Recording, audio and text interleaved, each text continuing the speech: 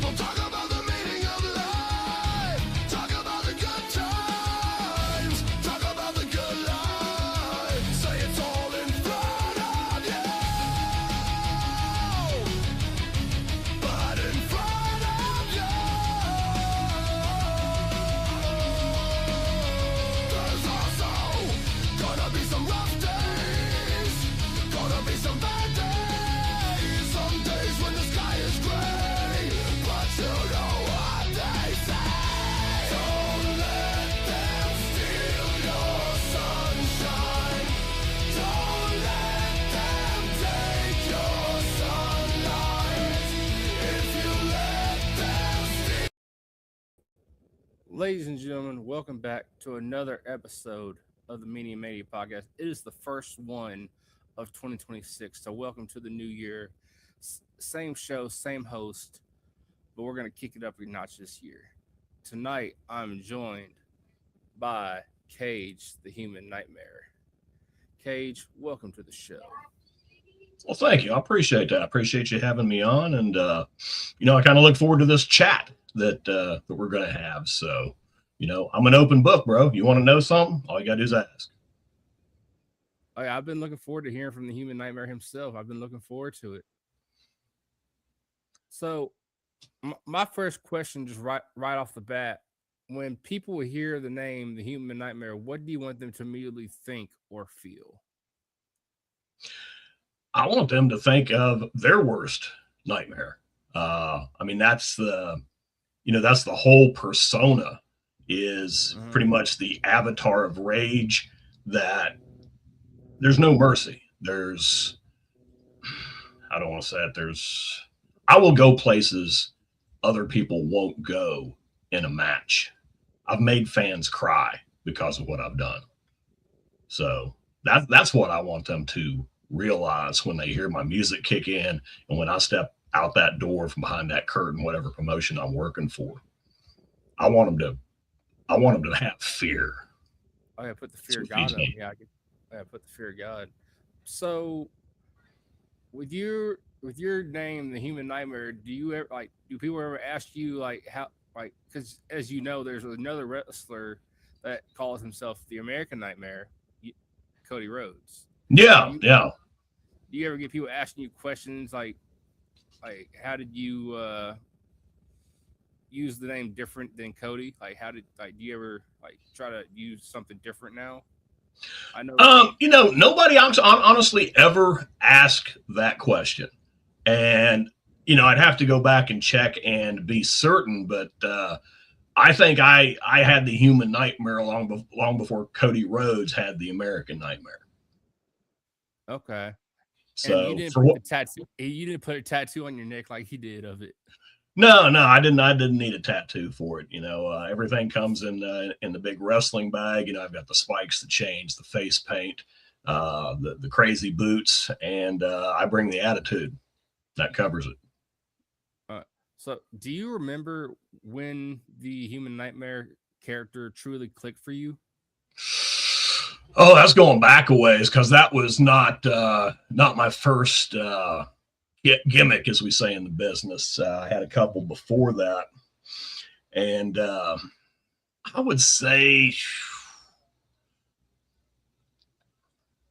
probably right around 1996 or 97 is when it really clicked. I started out doing the good guy thing. Then I turned that character, kind of turned him a little heel. That got over, and I really enjoyed that. Ran into a pretty bad injury. I had to be out for, a few months, and that old gimmick was overused by a lot of people, and I wasn't feeling it really anymore. So I was like, I got to change this image. So I came back with something a little bit different, and I don't know if it ever got a whole lot of play. I did it. I don't think it was a full year. I was the Dark Champion under a hood, come out with the cape. But it kind of morphed. It kind of gave me the kind of the idea for that, darker character. And, so I looked at my inspirations and came up with Cage. And it was pretty much a natural fit. It let that part of me out that doesn't have the nerves, the fear, the panic, and some people would say probably not even the humanity. So I enjoyed it. Quick. That was going to be my next question. Like, who were some of your biggest influences early on, both in ring and creatively? Like, who did you look at to kind of help mold your gimmick into what it was? Okay, well, I mean, it's pretty obvious. One of the big influence was Legion of Doom, Road Warriors, LOD. Loved their style, their no nonsense kind of stuff. Another guy going way back was Bruiser Brody. When he stepped in the ring, there were very few people that you couldn't see the visible look of fear on their face when he stepped in. And, he had that crazy stuff. He would go at that time where other people wouldn't. Another one going even farther back. And I just caught some glimpses because he was he was in the history books pretty much when I started, but Wild Bill Curry, the Riot Maker, crazy dude. And off screen, I patterned this guy really off one character from a single movie. It turned into a franchise kind of thing, but I didn't like the rest of the movies. But if you've ever watched the original Highlander, there's a guy called the Kurgan on there. And that was a main influence for the overall persona. And going back to what you're saying, I remember I was not even born yet when Bruiser Brody was who he was, but I remember watching the episode they did on him on Dark Side of the Ring. I'm like, this dude was like, I would not want to be across the ring from him on my best day. He might actually kill me. he left people with that impression, and he was what they call stiff in the business. I've kind of been called the same. But like him, I take as good as I give. If I, pop somebody with a clothesline and they're bumping a little slow and I make them bump, and this is before I retired. I am officially retired. But if they did the same to me, I want to go get up and, gripe about it. That's the business. Because of my gimmick and the promotions at the time, when I first got into the gimmick, ECW had gotten big. And, I ended up working a lot of different hardcore stuff. So I spent as much time outside the ring wrestling as I did inside for a lot of my career. Well, with the Human Nightmare, was there ever pressure to change or tone down the gimmick in some way or form? In some instances, some promotions, I had to adapt a little bit because when I brought it out, it was a no holds barred. I always wore a t-shirt with the sleeves ripped off, and it had some bad words on the back. I had Rob Zombie on the front because that was the theme music I was using, and I was foul mouthed, but you get into those more family friendly promotions, they don't want that. So I did have to adapt to the situation, but not any kind of long haul. And I got good at doing both. You can still be an excellent, monster heel without using foul language or, going too far with things, and still get that reaction of fear, especially the kids, the kids, just those wide eyes, when you're, doing something dastardly to their hero. That's a nice warm feeling. It is. So I'm gonna go a little off topic here for a second because I've been holding the hair and the beard. It just gives me two whole different vibes. Like the buzz cut, like the mohawk you have, it reminds me of the Road Warriors, but the beard, it reminds me of the Anvil. It reminds me of Jim Neidhart. It just reminds me of it. Yeah, I keep it that way now for neatness. I mean, when I was actually in wrestling gear, if you look, I didn't have it banded. It was more kind of free, a little homage to Bruiser Brody a little bit. It was a little shorter back then too. We have a question from a viewer. They're asking what Rob Zombie's song was your theme song that you came out to? Well, that's a good song. Super Beast. Super Beast. There were, you asked if people asked me to change the gimmick. I was asked a few times just to start using that as the wrestling name, but it was way later in the career. And, I didn't want to change things up. Everything was working. I didn't see the point, a few announcers would, announce me as the Super Beast, Cage the Human Nightmare, which is kind of a mouthful, but, that was their call. They were the announcer. Yeah. So is there a match from your career that doesn't get talked about enough? Well, there's a few of them. Trying to think of a really good one. I'd say one of them was actually here in the area I live in, Blood War Wrestling Alliance show. And I ended up taking on a guy named Tarantula, who's a big old dude. He's like 6'7", 340 for the title. He had the title at the time. And we get out there to the ring. We had a packed house. It was awesome. And the first thing, and this was weird for me because in this area, because I'm from here, I was the good guy. Yeah. That didn't really change too much how I worked, but I was the good guy. So, Tarantula goes out and he was a good heel. He's pissing off the crowd. They're cussing and booing. I think he had Lord Zoltan out there as a manager, if I recall correctly, who he's an independent legend if you don't know. Okay. I don't know. I don't know. I know some indie legends, but I have not heard every last one of them. So he is one I have to go and look up and check out. Yeah, just check out Lord Zoltan. Yeah, he's got a story. He has a story. If he'll come on, I'd get him. That's what I say. But anyway, Tarantula's out there, getting the crowd up. I come out, I slide in the ring, and he gets out. It might be the dude's 5-6 inches taller than me. So I start, doing the good guy stuff. I'm up on the second rope. Didn't know this was going to happen. Tarantula slides in. My feet are on the second rope. He grabs me by the belt, the back of my shirt, and literally full extension on his arms over his head. He was that strong. I mean, I'm wrestling at 290 at the time. I go all the way across the ring, land flat on my back, but the impact was so heavy, my head snapped back, and it was one of where everything was a little thin as far as the cushion. And all of a sudden, things are turning yellow and closing in. He just about knocked me out right at the beginning of the match.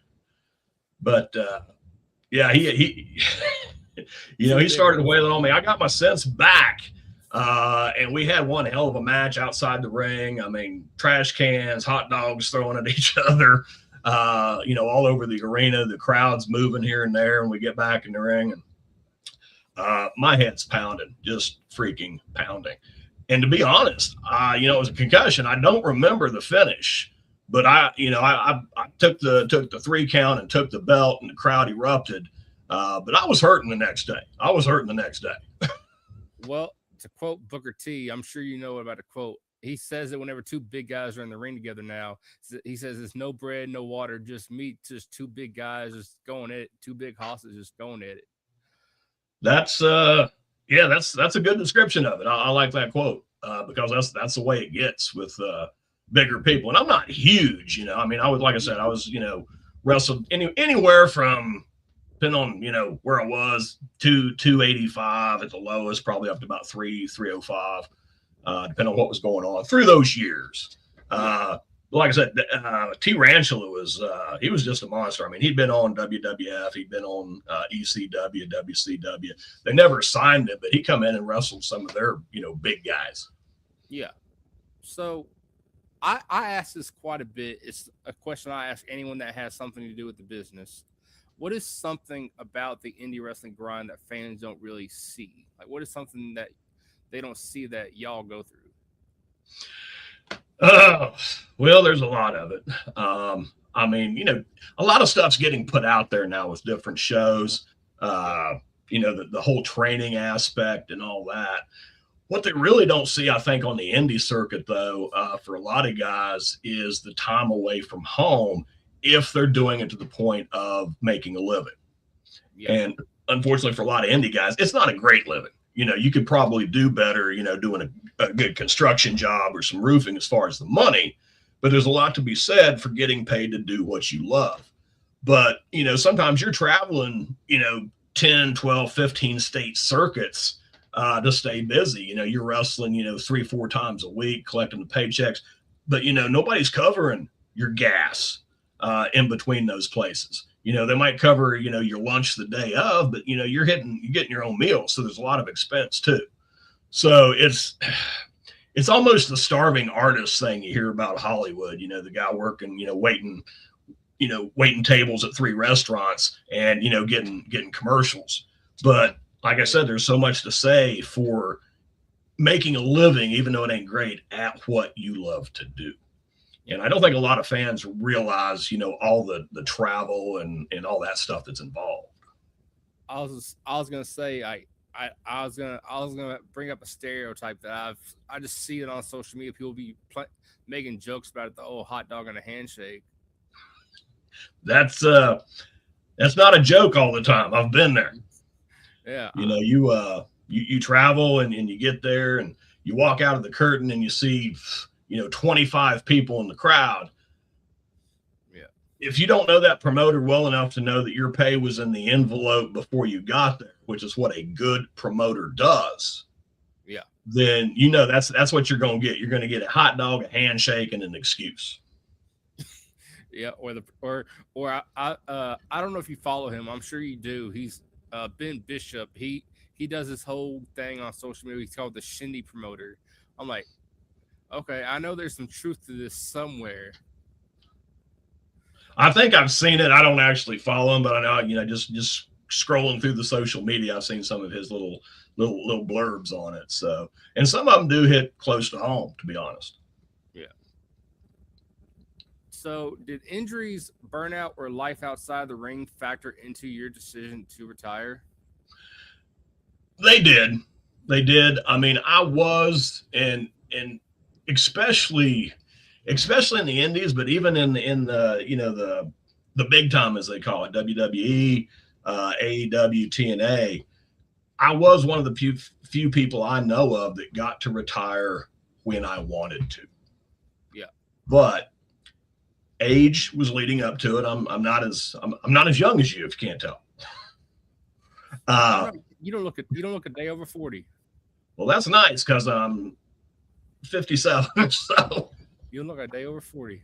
But the age was getting there, and the last thing I wanted, you ask about injuries. Of course, I've had injuries, but one thing I always did was try to, stay in condition, practice as much as I could. If I got to a ring, before the show, and there wasn't 15 guys in there working out their match or something, or taking their bumps, their practices, I would get in there and hit it. Didn't matter how long I'd been doing it.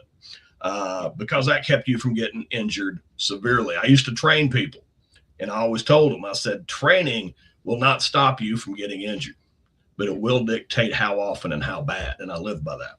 Yeah. And it didn't come out too bad. I got my left shoulder shot. Just 31 years in the business, that happens. You do a lot of work with your left arm. I blew my knees in 2022. Blew the meniscus. I was not. I was gonna make a joke. I was gonna make a joke. I bet. Make a joke. I like a good joke. I was like, don't tell me you pulled a whole Kevin Nash and just tore your quad. I've never torn a quad. McMahon did that. I think both of them. Yeah. Doing his funky march to the ring there on a WrestleMania or some crap. But no, other than the meniscus, my legs are pretty good. But like I said, my left shoulder shot.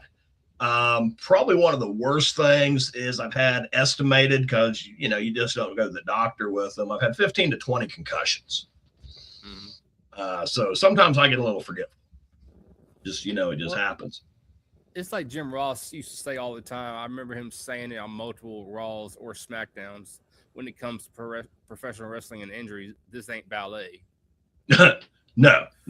There's dudes out there that make it look like it is sometimes. I mean, these high flying flippy dudes these days that I admire their athleticism, but just personal opinion, some of that stuff, I don't know. It doesn't speak to me, if you know what I'm saying. Yeah. But like I said, for me, the age had caught up a little bit. The knees, I had to get those fixed. So, I've had actually 3 knee operations. I've had one on the shoulder. And, it was looming. I said, I'm going to retire on this date. And even through that, taking some time off after the knee surgeries, I came back in and I retired exactly when I wanted to. And that's a damn good feeling. And any wrestler that gets to do that, because there's a lot of guys that, they get too beat up and they can't take bookings anymore. Yep. They're just done. It could be one injury. It could be, several, over a course of time. There's other guys that just get burnt out on the business and disappear. There's other guys that are toxic in the locker room. It catches up with them and they quit getting calls. So to retire when you want to me is a big deal. I'm one of the few I know that got to do it. I'm very, very happy about that. Yeah. I'm in my 20s, but one of my favorites growing up, he was forced to retire early, but he got to come back in 2020. But when he first retired, I'm like, no, he can't go out like this. He cannot go out like this. And that was Edge. Edge. Yeah. When he retired on Raw, I'm like, no way. He's still got years left. He's still got stuff left to do. I mean, he took the medical advice at the time. The thing is, he never actually gave up. He went out, he didn't just, sit around drinking beer, getting fat. He stayed in condition and he kept his finger on the pulse of what was going on with the medical field. And, through that, therapy, I don't know what he had done exactly, but he got to the point, yes, I can come back. And he come back, and I think he had a good end to his actual career. And then he left WWE and he went to AEW to be with his best friend, Christian Cage. I'm like, yeah, we get to see one more run of Edge and Christian. That's like, well, Adam Copeland. I can't call him Adam. I can't. I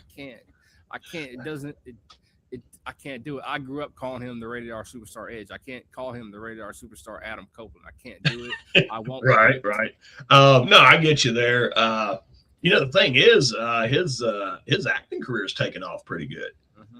He's actually, it sounds goofy for a guy my age to like the show. It's kind of YA, but that Percy Jackson show, he plays Ares, the god of war, in there, and he does a damn fine job with it. I love seeing him. He was in another one. I don't know. It's kind of a supernatural fantasy kind of show he did for a while. So yeah, he's got some good acting chops. He does, yeah, Haven. It was called Haven. He was in Haven. That was it. Yeah, I liked him in that too. And that's kind of where I'm dipping my toes in. With the TKN, the new network, where you see a lot of my stuff. Well, right now, Indy Tales is on hiatus because of everything going on with the big shows on the network. There's no time for production. So every Saturday I do what I call Kelly's Corner. And it's a Facebook Live through StreamYard, kind of like we're doing here. And I go over the TKN stuff, but I also do a nice segment on indie wrestling. I promote good training. Like right now I'm promoting Blaze School up in Canada, Boogie's Wrestling Camp down in Shawville, Virginia, and just started promoting the Rhodes Academy down in Leander, Texas with Dustin Rhodes. I got a friend down there. He's actually this is finishing his first week of training with Dustin, and he calls me and, lets me know how it's going. It's going really well for him. But yeah, proper training getting into the business as a worker is a must. Otherwise, you're going to get hurt or you're going to hurt somebody. Oh, yeah. And you brought him up. I haven't heard his name and I haven't seen him at a show. I know he's old, but you brought up Boogie. I'm like, oh, not Boogie. Oh, Jimmy, man. Oh, I miss seeing Boogie. He's gonna be 82 this year. And here's a story. When I first wanted to get into this business, when I was probably younger than you, I just got out of the military and it's like, I want to try this. I want to try it. Yeah. I'd watched it, since I was a little kid.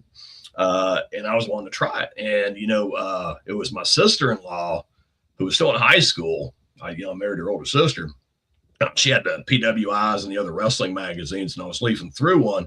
And in the back, it said, get trained by Jimmy Valiant, call Big Mama's Flower Shop, and here's the number. Well, this is before cell phones.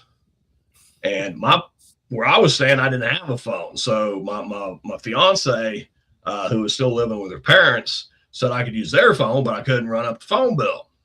Yeah. So I called collect.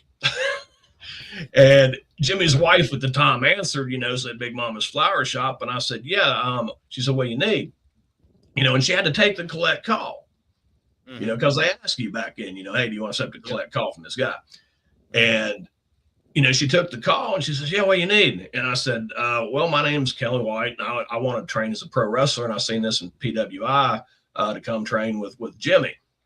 And she said, well, you call collect. You call back when you have some damn money. Click. The other end of that story, this was 4 years ago. Yeah, I think 4 years ago. I got to work on a show with Jimmy.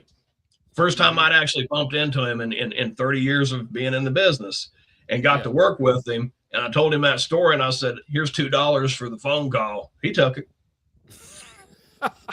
He took it.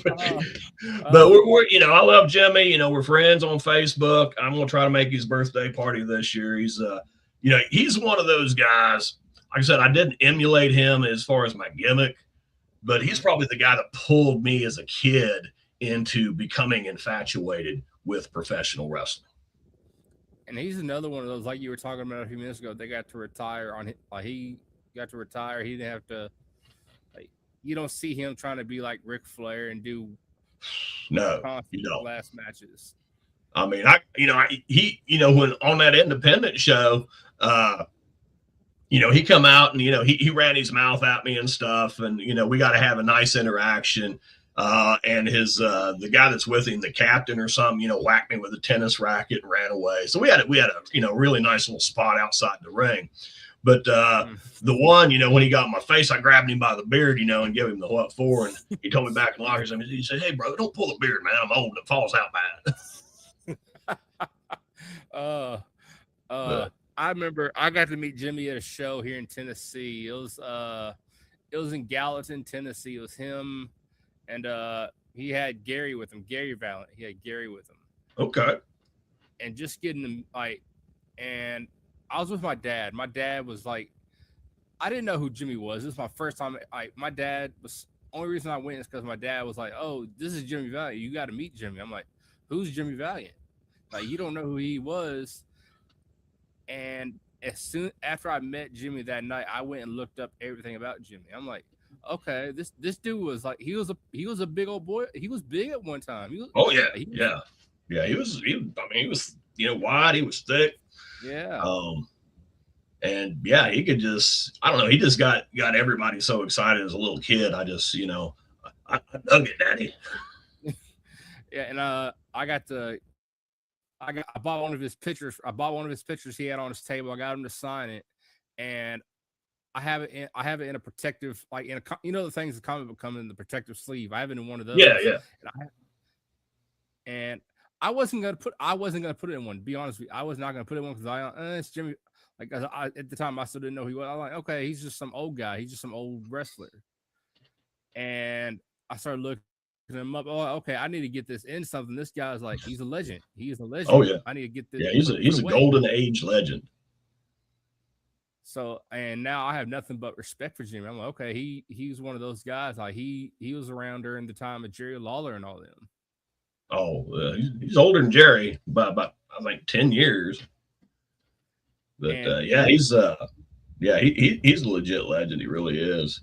Not so is Jerry, of course, but yeah, it's just so cool. I mean, wrestling was so different back in those days, compared to what it is now. I mean, it's gotten bigger, it's gotten flashier, but the thing back then, and I've heard from a lot of people, you're a throwback. When I was still working in the ring, you're old school, and it wasn't a lie. It's the way I was trained. Yeah.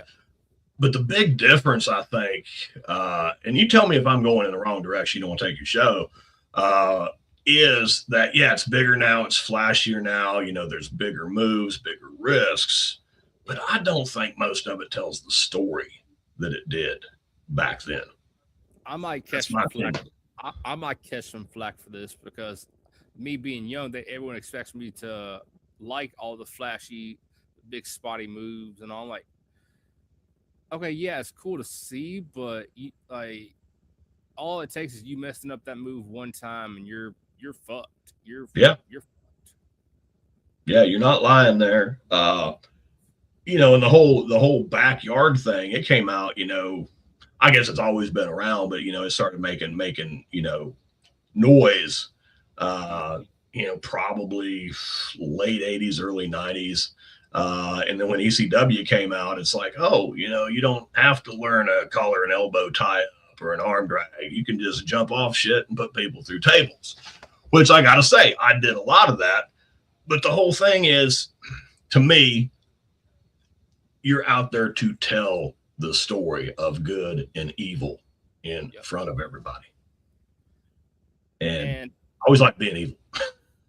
One of my favorite matches that kind of defined that it was Shawn Michaels and Undertaker at WrestleMania. Shawn Michaels came out in all white. He got lower. It was in that whatever that thing was that lowered him down. He was in the all white, and Taker, he always wore the all black. It was like light versus dark. I'm like, okay, this is storytelling. This is a story. Yeah. I'm like, yeah, and that's what people. There's a fair amount. They go to see all the big moves, and that's fine. But there's a lot of people, they want to see the story. And if you can do both, that's what puts you in that upper echelon. If you can do both, that's where you're top. You're carrying the gold. You're carrying the big straps in the big leagues. But, especially out here in the independents, there's so many wrestlers that, hey, they're athletic. They're more athletic than I ever was. But to watch them put on a match, you might as well go watch Cirque du Soleil. I mean, at the end of it, you didn't get a story. You got a bunch of acrobatics. Hey, I'll give you an 8.5. But, I don't feel nothing, There's actually a wrestler. There's a guy in WWE about 4 or 5 years ago. He was actually a former Cirque du. I'm gonna mess the name of Cirque du Soleil, whatever. He used to do that before he became a professional wrestler. Yeah. I mean, those kinds of backgrounds in today's wrestling are valuable. Back when I started, you start doing that stuff and they're like, go back to the circus, kid. Yeah. A lot of the guys back then were like football players or stuff like that. Oh, yeah. Football players or, at least collegiate wrestlers. I mean, yeah, football players, there's a lot of them that came through. Goldberg. Some of them were just, barroom brawlers too, that, they were in a town where there was wrestling and, the promoter saw them. And he's like, hey, I got something for you. Mick Foley. Oh, Mick. Yeah. Yeah. He's been on our show twice now. And I actually got, because, just a little bit, it's basically a celebrity debate match. It's a relaxed way to do it. But they get judged, and it was him, Sergeant Slaughter, and Cindy Pickett, who was Ferris Bueller's mom in Ferris Bueller's Day Off, and she had a lot of roles.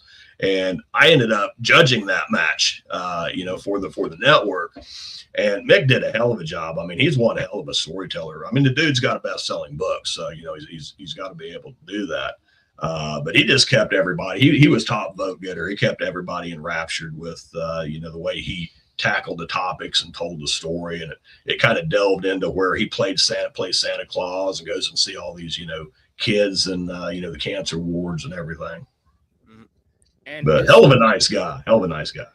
And his match with his Hell in a Cell match with Undertaker, it still gets talked about till this day. And it should. I've actually got it on VHS. I do too. I have it on VHS too. I still have a VHS. I still have a VHS player. Matter of fact, I still have my Blockbuster card. I still have it in my wallet. Hang on to that. The Smithsonian will be calling soon.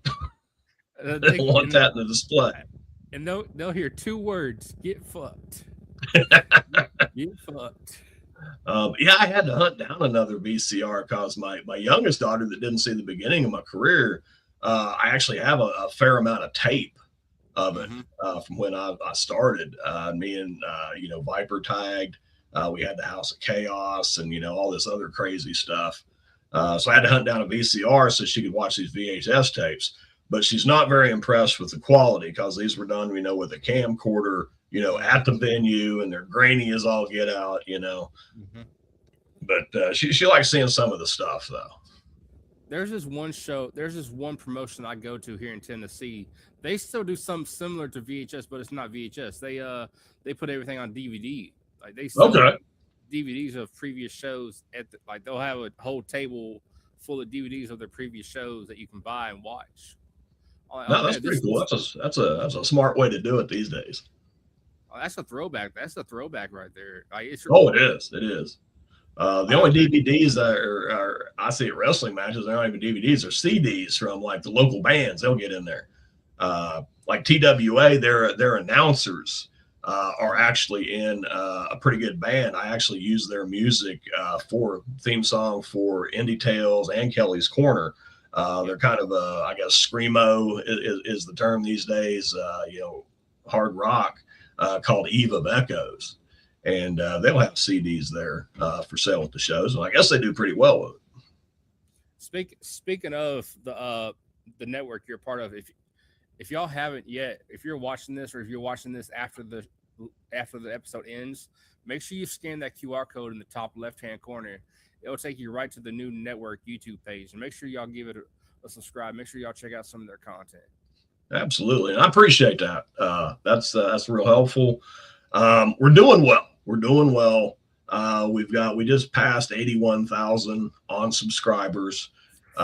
Most of our Saturday shows hit 125,000 views plus. We've got a huge one coming up Saturday, 8 p.m. It's on that channel. Mark Henry versus, let me think of who I'm talking. What's his name? Aries Spears, a comedian, and there's an NBA Hall of Famer. He's the mystery guy. But Mark Henry is a friend of the network, and I'll tell you what, the dude is as smart as he is strong. We got a lot of wrestlers involved with the network. I mean, we got him, Ted DiBiase, Brutus the Beefcake, Mick Foley, Sergeant Slaughter, Raven. I think we've got more of Vince's Hall of Fame in our network than he has left. I got to meet Raven recently. I got to meet him recently. Did you? How'd that go? It was. I wasn't around for his ECW days, but growing up watching it, like just getting to like find matches of his to watch. You just the dude had a mind. He had a mind for it. He's extremely intelligent. He's done well in the tournament. He just had his round 2 match just a few weeks ago. Actually, no, I think it was the last match of 2025.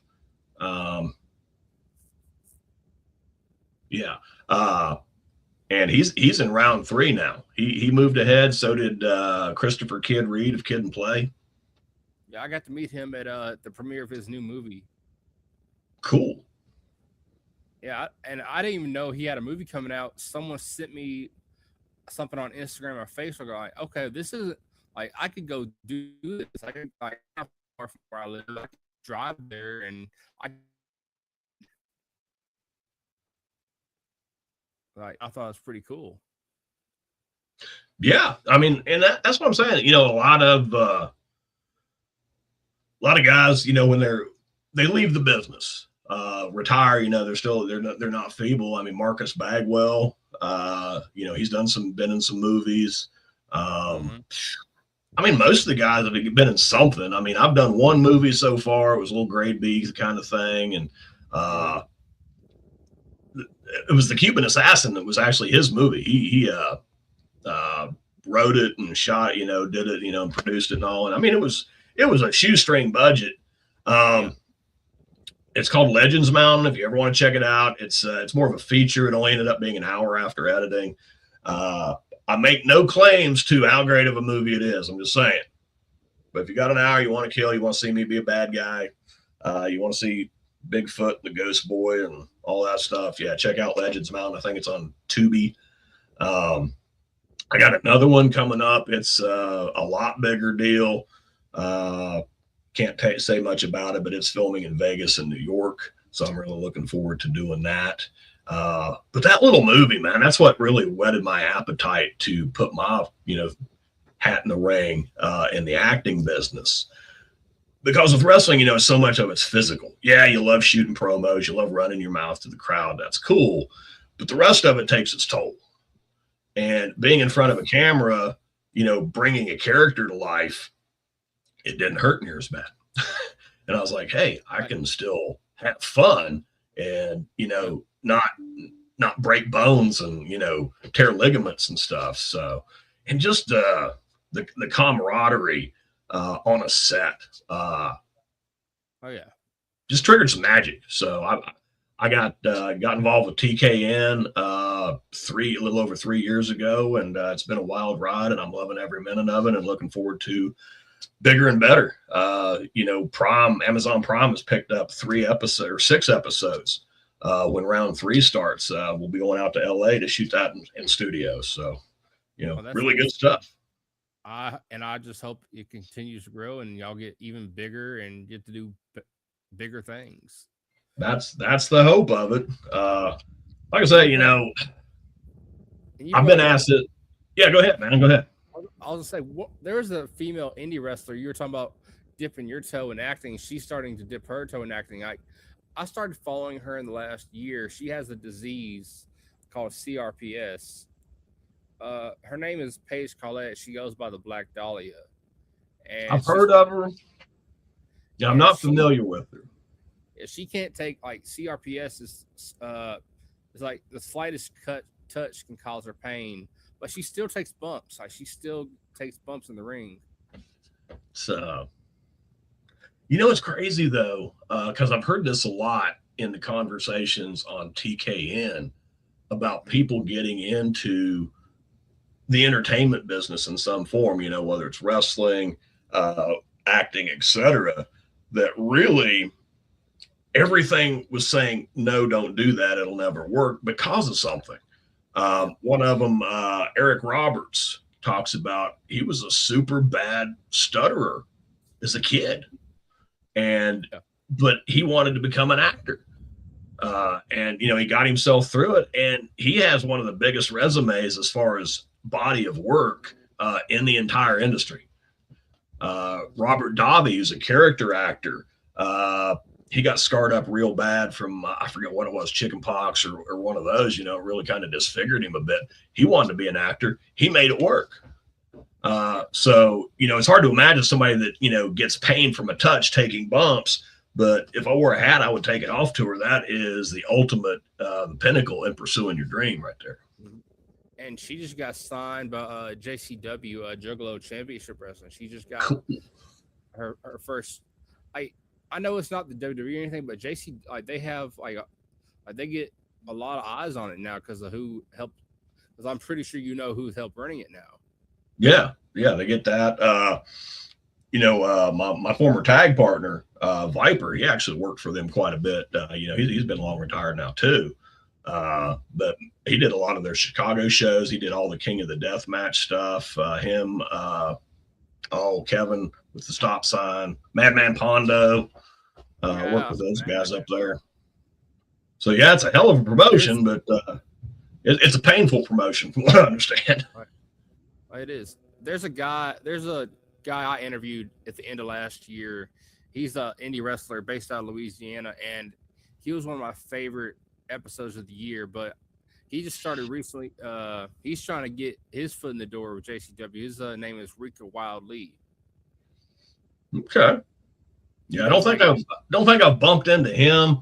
I mean, I'm pretty well networked. You know, on Facebook, you know, you see people you know, and I'll come by a guy that's obviously a pro wrestler, and he'll say, "Oh, you have, you know, 657 mutual friends." But you know, I kind of got to watch my space. You know, I'm trying to, you know, make sure people that I really need to connect with can fit in. So, you know, I don't just go willy nilly like I used to. You know how that is. Oh yeah, I used to do the same thing. That's actually how I got so many of my followers. I just went through, okay, follow him. He's got okay, yep, follow. Yeah. But it takes up space quick. It does. Yeah, those 5,000, that 5,000 fills up real darn quick sometimes. Mm-hmm. And it's hard to sort them out, you know, because I don't know if you got this, but I've got friends, and, you know, you're in Tennessee, I'm in West Virginia. I grew up here, and a lot of West Virginians that I grew up with that are my age are not tech savvy. So every time they get a new phone, they get a new Facebook and they send a new friend request. And you're trying to find all 8 of them and get rid of the right 7. So it's a challenge. Oh yeah, my dad was the same way. He like if he got a new phone, it was a new Facebook. I'm like, why? I'm tired. I'm tired of this. Quit making new ones. I keep thinking they're just people. I just keep thinking something's wrong with his account, but he just keeps making new ones. So he gets new phones. My sister did that a lot too. It wasn't even a new phone. It's like hers would mess up or something, and when they got it fixed or reset it, then she went and made another one, even though she didn't get a new phone. So what inspired you to start your show, podcast? Was that whatever? I don't know if you call it a podcast or just a show, but what inspired you to do Indy Tales?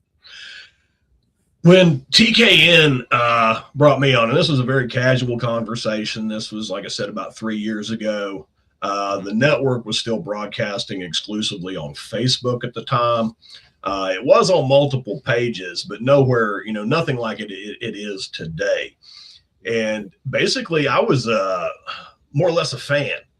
They were doing a horror, an Art Nouveau, I don't know what you would call it, but kind of horror sketches, but it all tied together. And it was, very intriguing. Avant-garde, I guess is the word you would look for.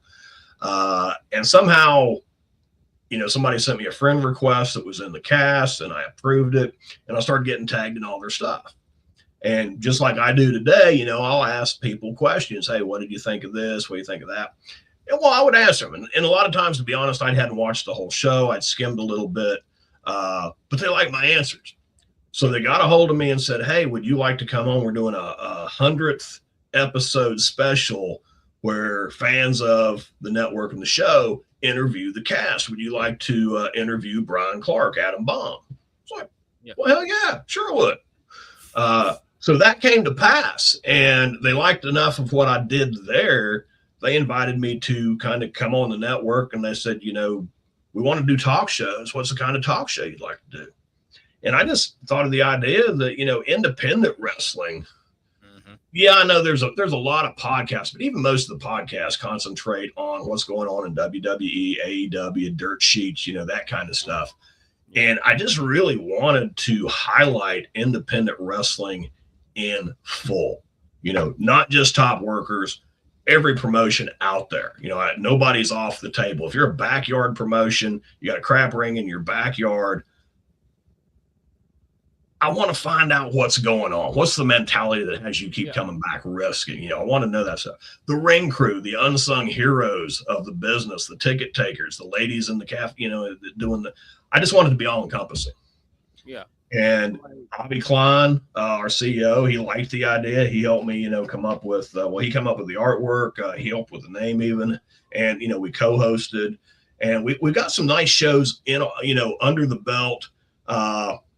Like I said, round 2 of the big show, the TKN tournament came along, and all the talk shows, because he's still doing it almost like a one-man show.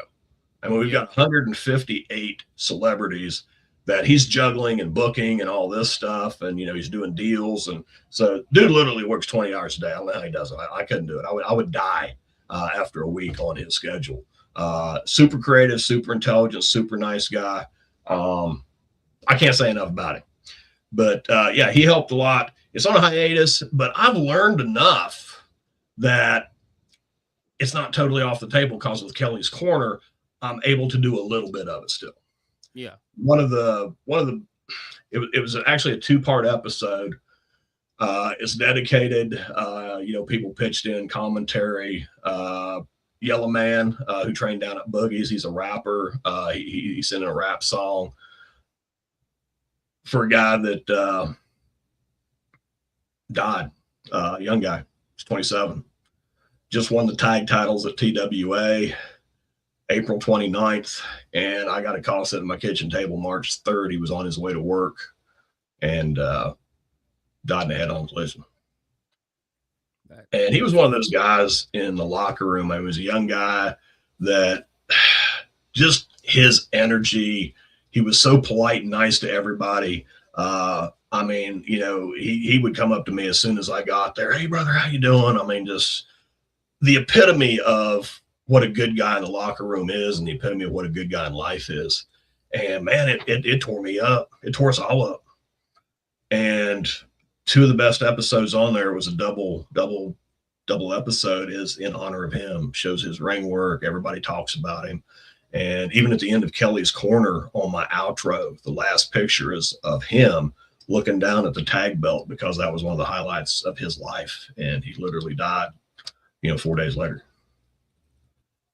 And to have a show where I can highlight people like that, that just really living and gone, makes it worth it. Like I was about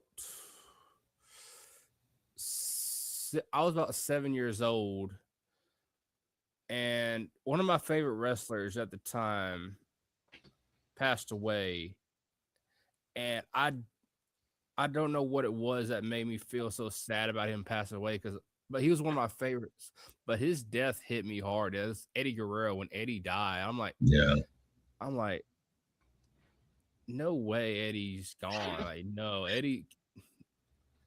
That man was like, no, not Eddie.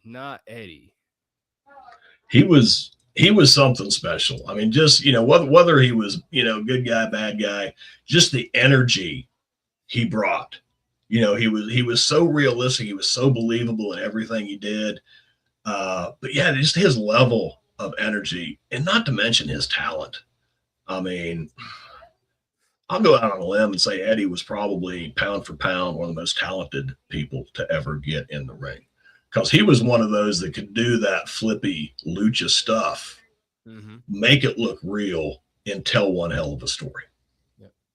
And I grew up in Memphis, and another one that really got me was Brian Christopher. When Brian Christopher died, I saw Brian at a show here. If it was a full month before he died, I'd be surprised. I'm thinking it was more like a week or so. Jim Cornette was on the show. I think Brian was probably the headliner. Well, him and Bill Eadie was there from Demolition. But he put on a hell of a show. He had a table, selling merch and talked to people, and just seemed like, he was on top of the world. So it was a total flipping shock. And it's a little bit different, because I wasn't on that show.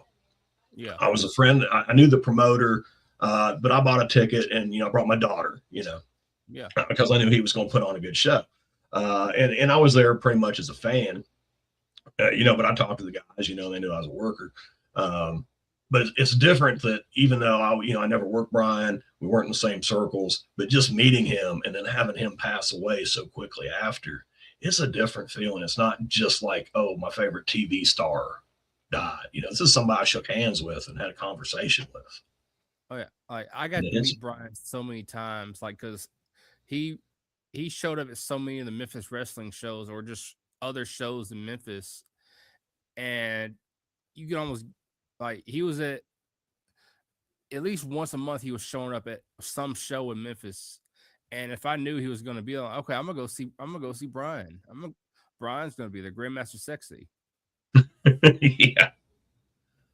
I mean, he was entertaining. I mean, he had it going on. He always had a smile. And when I heard when he hung himself, I'm like, that does not sound like Brian.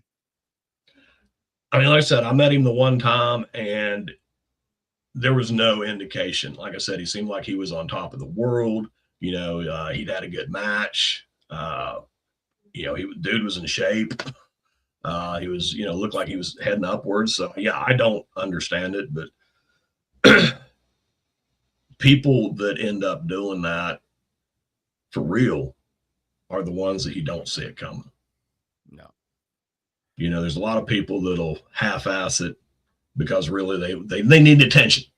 And maybe if they didn't get that attention, they really would. But the people that are successful, if you look at it, usually they're the ones you think it would never cross their mind.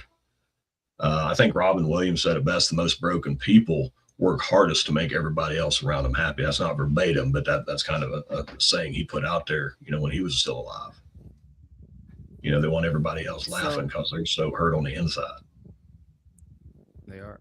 So, one of the last questions I want to ask you before we close the show out tonight.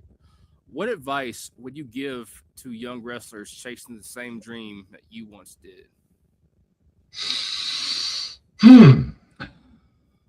First off, if you're going to chase this dream, the first step is getting proper training. Not everybody that offers to let you in the ring and train you is going to give you proper training. I was lucky. The guy that trained me wasn't world famous. He was a good worker and he was a hell of a trainer. But we did it kind of on the, you know, it wasn't a full-time school. You know, I paid my dues. You know, I played security. I reffed. I took the ring up and down. I cleaned the place. And I paid $40 a month for, you know, probably about 6 hours every weekend, Saturday and Sunday, getting in the ring and learning. And I learned a lot. I learned it well. Do that at the very least. But like my friend Jake, like I said, he's down at the Rhodes Academy at $3,600. That's not chump change. I get that. But if you're 14, 15 thinking, hey, I want to do that, when you turn 16, get your ass a job, start socking that money away, go get trained properly. Wherever you go to get trained, check the school out, check the trainers out, make sure they're legit, they have a good reputation. And that is a hell of a lot easier to do these days than back in my day before the internet and social media and all that. You had to make some phone calls, talk to people at best. So proper training out the gate if you're going to pursue this business. Second, check your ego. There's no room in this business for ego in the locker room or in the ring. Sure, it can be part of your persona. That's fine. It's necessary. But when you walk back in the locker room, you're one of a brotherhood that looks out for each other. Ego is not necessary. There's a whole bunch I can say on that where I used to be a trainer, but I think I'm going to leave it with that, brother. Yeah. I've seen and heard stories of people not wanting to check their egos at the door, and even there's one of the last things I'm going to talk about. It's a story I heard. You know who the Miz is in WWE. There's a story. He got kicked out of the locker room for like 6 months or something because of his attitude. I didn't hear that, but I can believe it. You know, guys do that. TWA, the promoter, he sold the business. There's one of the guys that has worked there for years doing the promoting now, but that was his thing. He said he didn't care how many tickets you sold because you were on the flyer, how good you were in the ring. If you were toxic in the locker room, you were gone, flat out. Yep. And I love the fact that he did that because, you know, he'd try somebody new, and yeah, they were that way, and they were one and done. And some of them were good. Some of them were good. But you have that in the locker room, you're going to lose good people. Oh yeah, because you can't rub the locker room the wrong way. You can't do it. No, not to have a good show. It bleeds out. That kind of nonsense bleeds out. It does. Well, I want to thank you for coming on the show tonight and giving me some of your time. I loved hearing your story and just getting to ask you the questions I got to ask you and just getting to see more of another side of professional wrestling from another person's perspective. I always love hearing the stories. And this is why I love doing this podcast and just hearing the stories. Well, man, I appreciate you having me on. I'm, you know, that's the thing about most wrestlers and, you know, anybody that's dipping their toe into entertainment. We love to talk. So I've had a great time. I appreciate you bringing me on. And for whoever's watching now or watches later, hey, I appreciate you tuning in. And, you know, like he said, hit that up and come see us over at TKN. We'd love to have you. Yep. And as always, make sure you catch if you didn't catch us live, make sure you catch the replay. And like he said, go check out TKN, go watch some of the Indy Tales. And as always, I've been your host, the Media Maverick, Mike Weldon, and make sure you catch us on the next one.